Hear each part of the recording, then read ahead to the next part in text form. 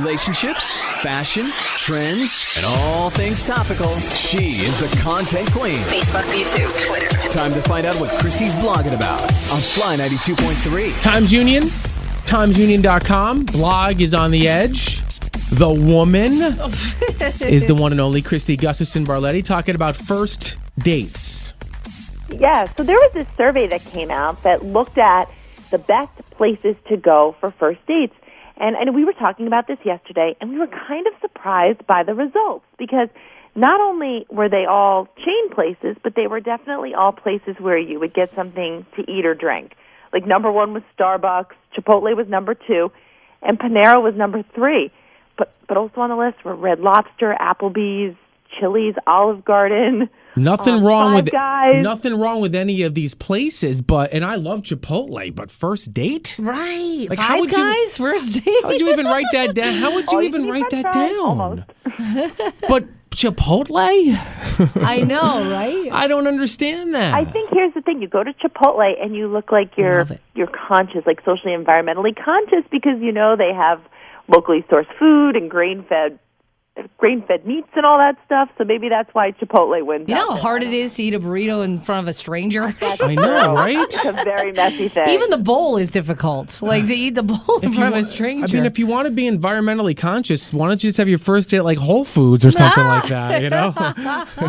I don't understand that. And listen, we've all fallen into that trap, right? So it's like you meet somebody or you're hanging out with somebody, and the first thing you think is, okay, I want to go someplace or do something where I'm going to be comfortable, right? Because it gives myself the best chance to be liked or likable, or it's an element that I'm used to. And a lot of times people want to have some drinks because it sort of puts them at ease. But I think the lesson here, and Kristi, you'll be able to expand further on this, is debunk the norm. It's okay on that first date to get out of your comfort level, because ultimately the person that you're with wants to see the real person that they're going to be spending time with anyways. Yes. And so do you know? Well, and I agree. I mean, you guys have made fun of some of my hobbies and interests in the past, but, you know, one time I went on a first date to Dave & Buster's, which I thought was a ton of fun. I like that idea. That sounds like total that would be fun. something I would do. I'm all about it. Absolutely. And it gives you natural things to talk about, right, because the games and whatever, but also you get to see how competitive are they? Are they on the extreme of, I don't care at all if I win or lose, or are they like so crazy where they start, you know, kicking things when they're not winning? Yeah. Are you going to use those tickets? What were your... One time, this is many years ago, but I went on a rollerblading date for a first date. And no, it doesn't have to be rollerblading. Oh my God, you didn't marry the guy? Oh my gosh. Well, yes, I did. And we have a beautiful daughter. Somebody to go on a first date with you rollerblading. He actually suggested it. There used to be like a rollerblading club in the Capital Region. You didn't marry a rollerblading club guy? I know, it's crazy. How in the world? What could R be providing you now that this guy couldn't? We could have gotten married on inline skates. But, you know, because that's like your favorite obviously thing. Most people's activity of choice is not rollerblading. But if you have that hobby, whether it's bowling or in the summer, if it's, you know, going boating or something, that's kind of fun because you already have the shared interest. You're moving and active where you can talk. We all agree. Listen, we're all agree. But here's what, Kristi, break down some of the places that people suggested for in the Capital Region, because this is great. Yes, so Druthers came up a lot. Druthers, which is up in Saratoga. People liked it for casual, you know, dinner and drinks. Another one that came up a lot, which is right in Albany, is the Ginger Man. And I think which is an equivalent, a comparable restaurant is Mingle. So both of them are sort of on like. But these are all. But what I'm saying, they're all restaurants. Yeah, but and I'm not knocking those choices because those are all great places. Ginger Man, Mingle, Druthers, the Pump Station, Purple Pub came up a lot. But see, Tala, they're all great places. Johnny's, but the thing is though, is that.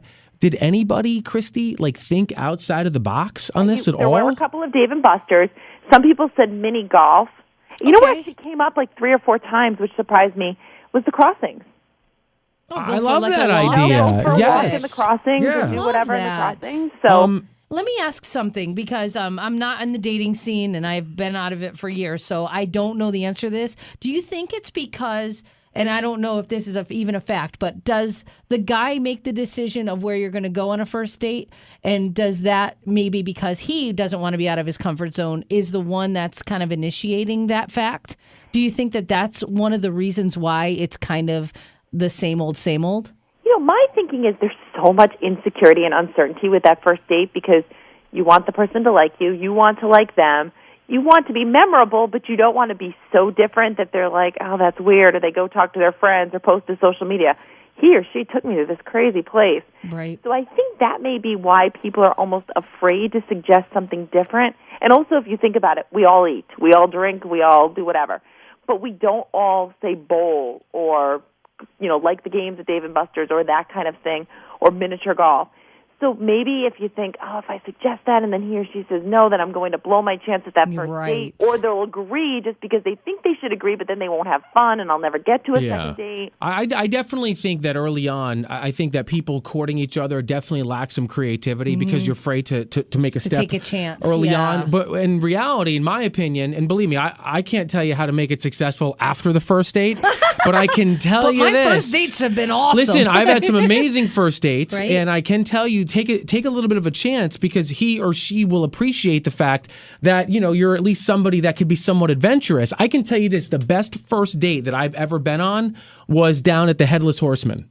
Oh, awesome. That's a cool place, right? Because you're both scared. It's adventurous. Wow, It was first awesome. date? That's well, crazy. it was definitely one of the first Right? Okay. dates. Okay, because like the first encounter may have been a drink or whatever, but when we actually decided let's do something, it was either going to be paintball, it was going to be a hike, Yes, or I it was love going to be that. Headless Horseman. Okay. Now the rest, whatever. We'll wait and see how everything actually plays out. But that was so much fun because like you're laughing the whole time. You have an opportunity to get a little bit close to that person. You can actually talk because you're waiting in line. That's true. To go on to the next stuff. And if you're not having the best time with that person, which I had a really good time with that person, there's so many other things to kind of stimulate you True. that you don't feel a whole lot of pressure. And sometimes you're being you entertained. go with other people too, which also does help. Yes. Like if you're going with a group of True. couples. But And not that for does- a first date, that though. does You're help. not going to probably do that. Right. But the other thing about that, too, is, like a nicer restaurant may be really quiet, and then you notice the awkward silence. If you're at a place like the Headless Horseman where it's energetic and Screams loud, all the you time. don't notice if you're not talking for a little bit. So like a haunted hayride, and I use those the are great. Headless Horseman as an example, but obviously there's great places up in the area. Kristi, what was the best first date you've ever been on?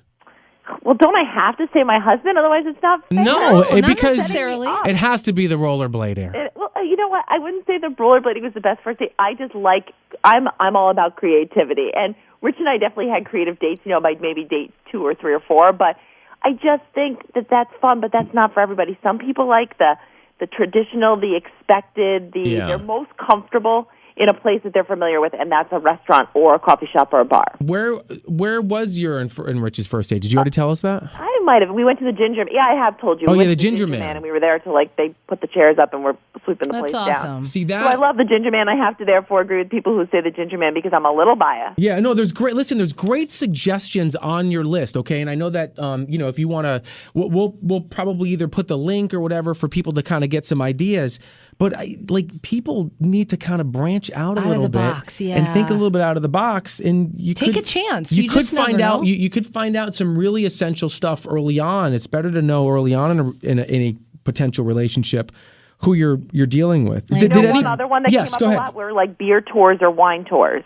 Oh, those are good. Because it's a slightly different twist on getting drinks, but you're still getting